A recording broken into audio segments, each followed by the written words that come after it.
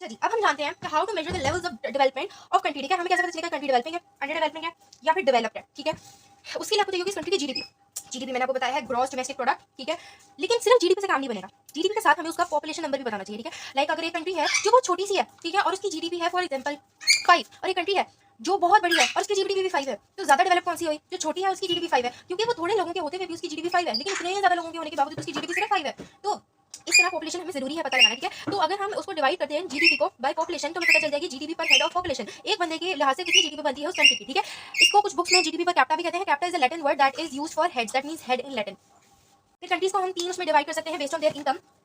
High income, ठीक है, सबसे पहले हाई इनकम कंट्रीज आ जाती हैं, फिर उसके बाद आ जाती हैं मिडिल इनकम। ठीक है, और फिर उसके बाद आ जाती है लो इनकम। हाई इनकम में हम कौन सी होंगी? इनको डेवलप्ड कंट्रीज को हाई इनकम के नाम से रेफर करते हैं। इसमें हमारे पास कौन सी आ जाएगी? एक हमारे पास यूएई आ जाएगा, ठीक है, डेनमार्क आ जाएगा।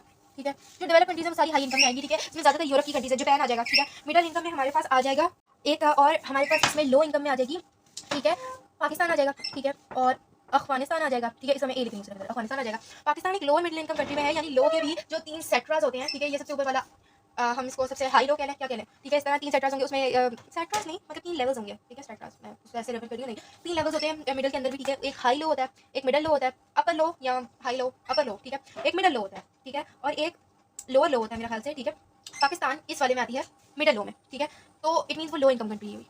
तो हाई इनकम कंट्री है, ये डेवलप कंट्रीज होती हैं। तो जो दोनों मिडिल और लो इनकम कंट्रीज हैं, ये दोनों डेवलपिंग कंट्रीज में ही रेफर होगी, लेकिन इसमें जो लो वाला है और मिडिल लो और लोअर जो है वो अंडर डेवलप में भी चली जाएगी। ठीक है, अंडर डेवलप भी लो वाले को रेफर कर सकते हैं हम, लेकिन वैसे ये दोनों अगर एज एन इक्वल हम करें रेफर, तो ये दोनों जो है वो डेवलपिंग कंट्रीज में ही रेफर होंगे। अंडर डेवलप्ड अब एक टर्म बन गई है, लेकिन ये प्रॉपर कोई टर्म नहीं है, ये इसको यूज किया जाता है लेकिन ये प्रॉपर कोई टर्म नहीं है। इस तरह डेवलपिंग कंट्रीज हो हैं जिनकी लो इनकम है या मिडिल इनकम में भी जो बहुत पुअर कंट्रीज है, उनको थर्ड वर्ल्ड कहा जाता है, थर्ड वर्ल्ड के नाम से रेफर किया जाता है।